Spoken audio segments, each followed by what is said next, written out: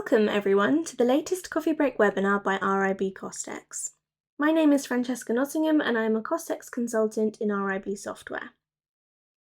As you can see on screen, this month's topic is negative measurements and cutouts, so we'll have a look at what we mean by that within the software.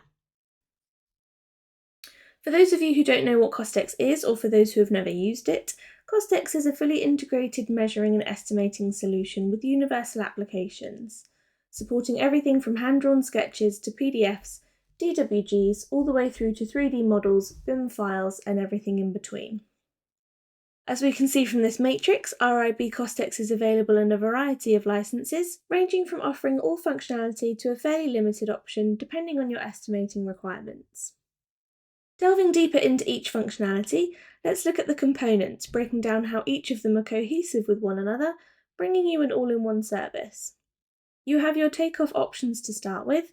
Whether you're using 3D BIM or 2D drawings, CostX provides accurate data enabling you to utilise this data within your workbook. So our workbooks are just like Excel spreadsheets, but they are our own version. They still have the ability to use formulas and functions, making them very easy to navigate and use. We then have revisions tracking. Now this offers an accurate method of comparing a previous revision with a new one, giving you multiple ways to highlight, identify and quantify any changes, meaning you're always up to date with the latest cost implications. Once you've completed your estimate, you then have the opportunity to produce a report. Now we offer various standard report templates for you to use. Alternatively, you can customise your own report, producing a professional quality output. Don't forget to check out the RIB CostX YouTube channel where we upload our coffee break webinars, and you can also subscribe so you can get notified of the latest videos and kept up to date with the newest features and how-to tips and tricks. So this month's webinar, as previously mentioned, we will be reviewing negative measurements and cutouts. So what do we mean by this? Negative measurements are what we do in a takeoff when we want to deduct an amount of a measure. For example, if you're measuring a wall, you might want to deduct any openings such as doors or windows. You can deduct this by measuring it negatively or by cutting it out completely. When can we use this? Well, we use it in the dimension view as it relates to the drawings. You can use it on any drawing format, whether that be 2D or 3D drawings. Topics to be explored are how to create a negative dimension, how to create a cutout, the effect this has on the dimension group. So let's take a look at negative measurements and cutouts within CostX. So we're going to have a look at an example of how to do a negative measurement first, and then we'll have a look at converting that to a cutout. So I'm going to create a scenario where we've done a positive measurement and we're looking to deduct an amount. So to begin with, I'm going to head to my dimensions tab here and I'm going to open up a dimension group. So we're just going to look at the GFA. Okay, so this is just one measure which is captured cumulatively over in my quantity here. So in this scenario, let's just say we would like to negatively measure these stair voids, these stair openings, because we don't want them counted in the overall GFA. So as I come up to my ribbon in the type section, you can see we've got our usual suspects of line and point, so that's how we're going to do a measure. But what we've also got is we've got positive, negative, and both.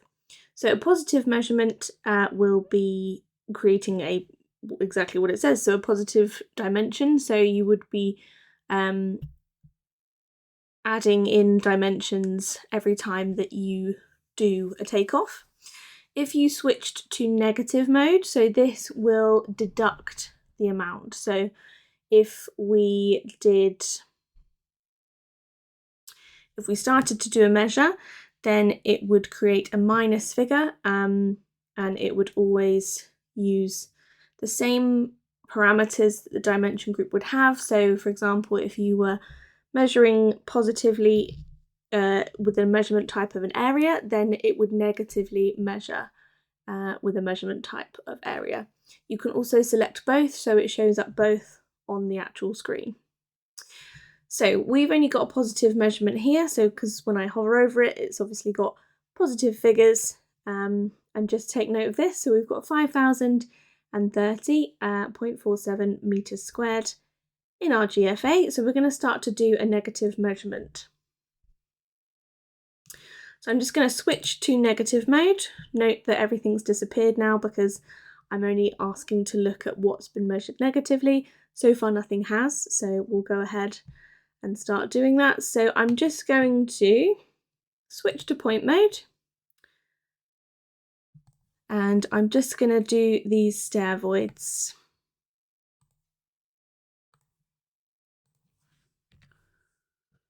Okay, so as you can see, as I hover near this, my area is now a negative measurement, so it's 22.11 meters squared.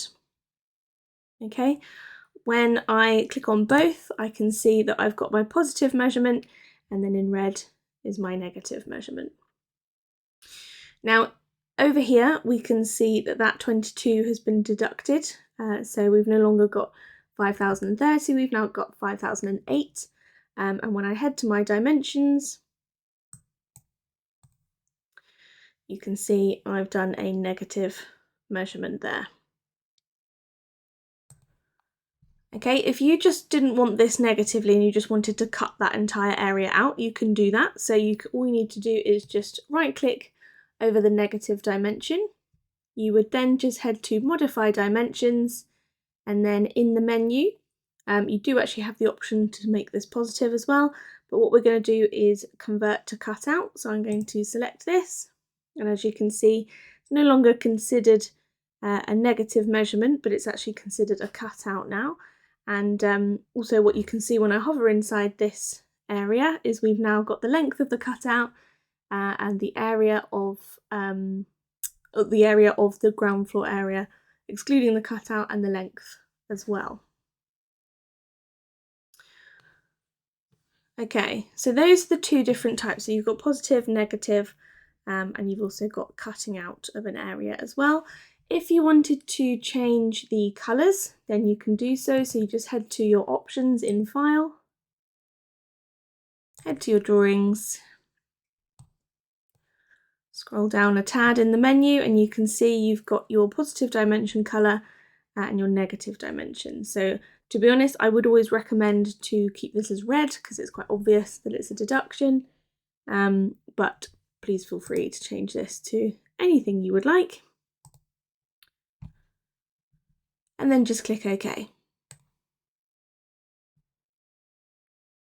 So that concludes our video for today.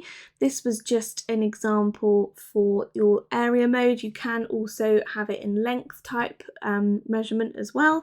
So like I said earlier, if you are deducting a door from a wall, then you can also do that. Using the same method, you just have to switch to your negative method there. Hopefully you found this useful. If you did, then please give the video a thumbs up. Also subscribe, and we will see you on the next one.